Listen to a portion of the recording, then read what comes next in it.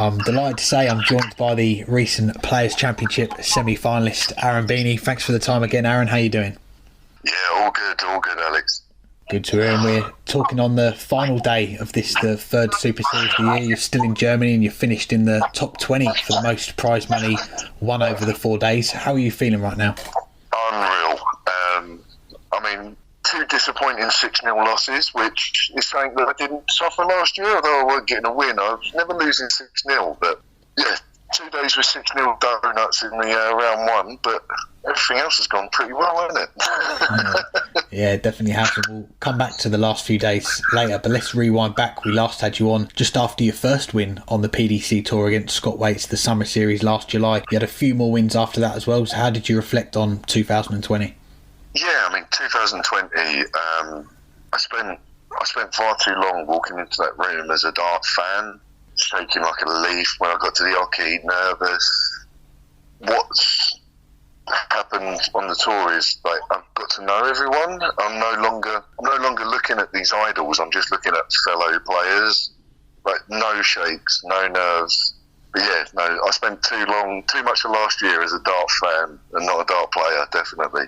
Well, it was the best part of a 3-month break between the PDPA qualifier for the World Championship and then the first Super Series end of February. So how did you feel those 3 months start-wise? I know we were still in a lockdown, but could you get much practice in? No, not really, because like the flat I live in that 3 months, I'm unable to play online darts. I can't get a board on the wall at my apartment. So it's just me finishing work, go home, throw a few darts on my own. I've been maintaining practice, but it's hard to practice on your own, for definite. Yeah, definitely agree with that. And that then brings us on to that first Super Series and a huge scalp, beating Gerwyn Price 5-1 up. He brings it back to 5-all. You take out the 86 in the decider. How special a moment was that to beat the world number one and the world champion? Absolutely unreal, mate. Unreal. He missed a lot of doubles for me to go 5-1 up. Don't get me wrong, it wasn't like I beat a top quality Gerwyn Price, but I just done what I've been doing all year, like just accepting every chance given to me and taking it. Yeah, that was one hell of a moment. It took a bit to come down from that. A few weeks later, another milestone, making your TV debut against Lisa Ashton in the UK Open, still in unusual circumstances with no fans behind closed doors. But how did you find that first taste of playing on TV? It's weird. I was really nervous about the walk-on, but Lisa was unbelievable. She just went full mum. She absolutely mummied me up to the main stage. She's like, "You'll be fine." And yeah, six starts in, you no longer realise you're on a main stage. Like lack of crowds probably was a factor, but you don't even see Russ Bray stood like a foot away from the board. You just see the board. It's weird. The focus on the main stage. Yeah, I really enjoyed it up there. I definitely want more of that. Fingers crossed for that. And it was a game which goes down in history as well. Lisa averaging the 100, the first time a lady's done that on TV. When you were on the stage, did you get a sense that Lisa was playing to that level, or were you more focused on your own game? Oh, no. I 100% knew what she was doing. I lost 6-2. We played 8 legs, and I'm pretty sure 4 of the 8 legs, her first 6 darts were 180, 140. It's like she's throwing 5 perfect darts at the start of every damn leg. I wasn't nervous about the stage. I wasn't nervous about the cameras. At the end of leg 5, I found myself trying to force like one more treble to try and keep up with Lisa, and I lost my form. And that's all credit to her. It was her amazing scoring ability just absolutely broke me. Like it forced errors in me. She was unreal that day. Unreal.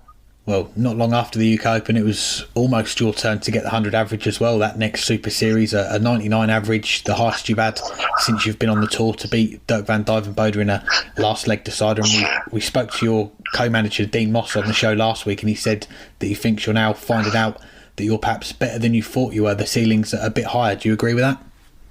Oh, 100%, yeah. Like, I've not really hit that kind of height this week, average-wise, like scoring-wise. But yeah, I caught myself a bit off guard in that Dirk van Dijvenbode match, and it weren't until the start went in that double that it dropped below the 100. If I'd hit the double 14 instead of the double 7, I would have had the 100 average. But yeah, that was a shock to me. I knew I'd improved, but that for me was bigger than the Gerwin price. Like the name wasn't as big, but the performance was 100% big.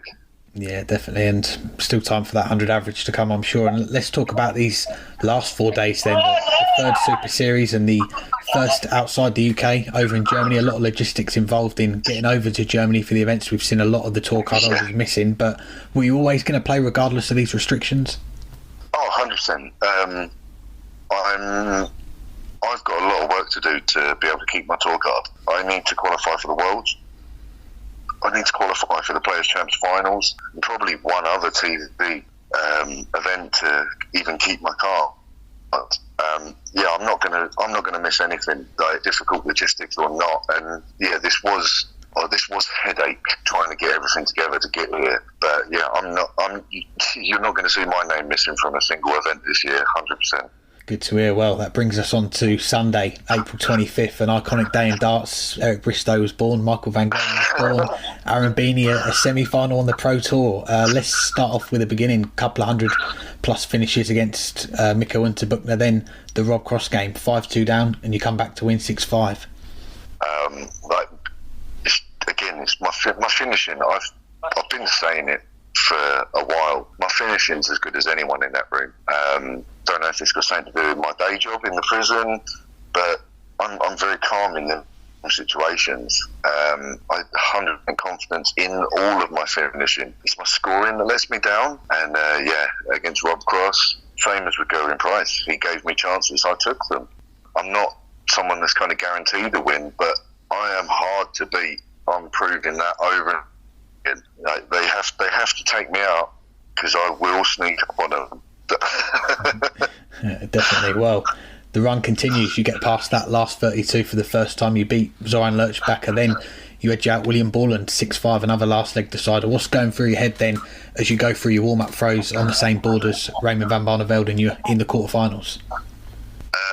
At the time, of course it registered that I'm playing Barney. It's always going to, that's a 5-time world champion, absolute legend. What a name.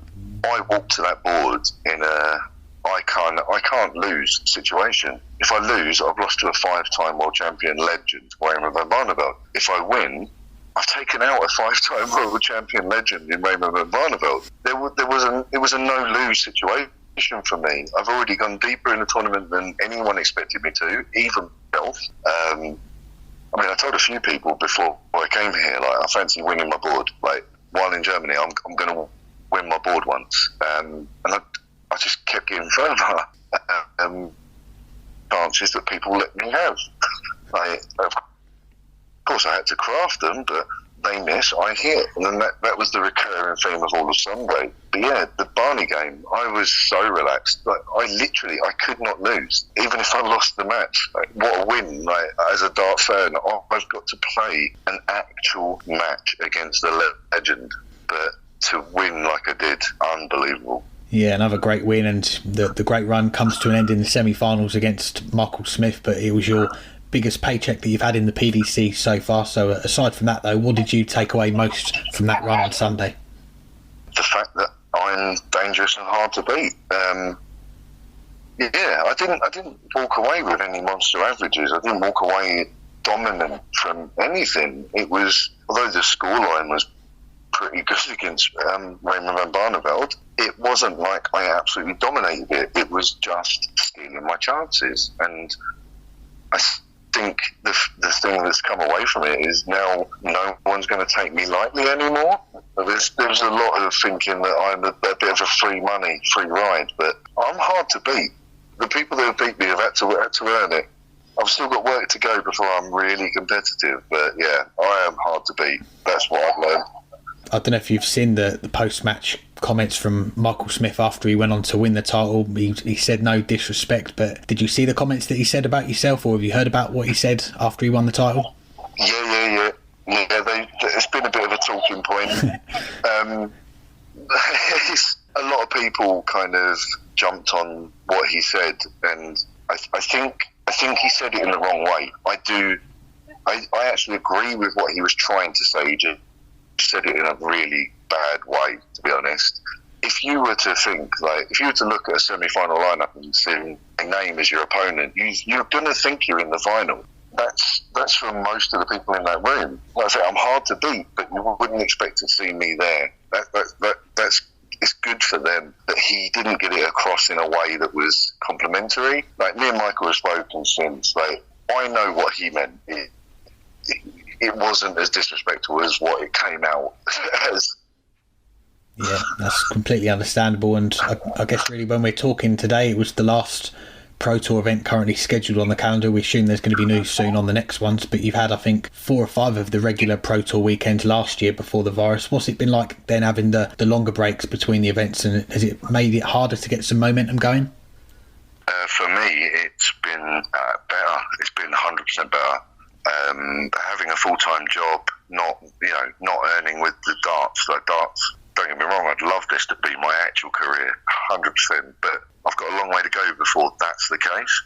So having a full-time job, I was working Monday to Friday, just finishing early on a Friday, driving straight to Barnsley, Wigan, wherever, getting there about 11 o'clock at night, then I'm getting 5 hours sleep before getting up, playing in a tournament, and then I'd play Saturday, play Sunday, drive straight back and be in work ready for Monday morning. It was these longer breaks are giving me an opportunity to do my day job, do it properly, without having to worry about the darts. And then when they announce the tournaments, then I can get the practice, like up the practice, ready for the next tournament, while still. And then I book a week off, and my annual leave, and I'm here at the darts, and I don't have to worry. Like, while I'm here, my sole job is darts. Whereas before, it was always me. And the break has been fantastic for me. This format works so much better for me, and I imagine others that still work full time alongside this as well.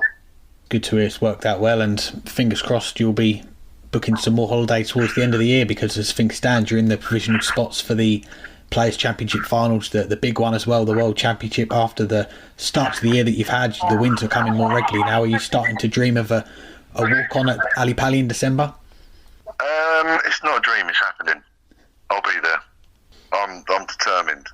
I'm proving myself. I've got a lot to play for this year, and at the moment I'm doing it. I'm consistently winning games now, and that's every series this year. I'm winning games most tournaments. I will be at the Worlds, and it will be a coin flip as to if I win enough to keep my card or not, but I will be there.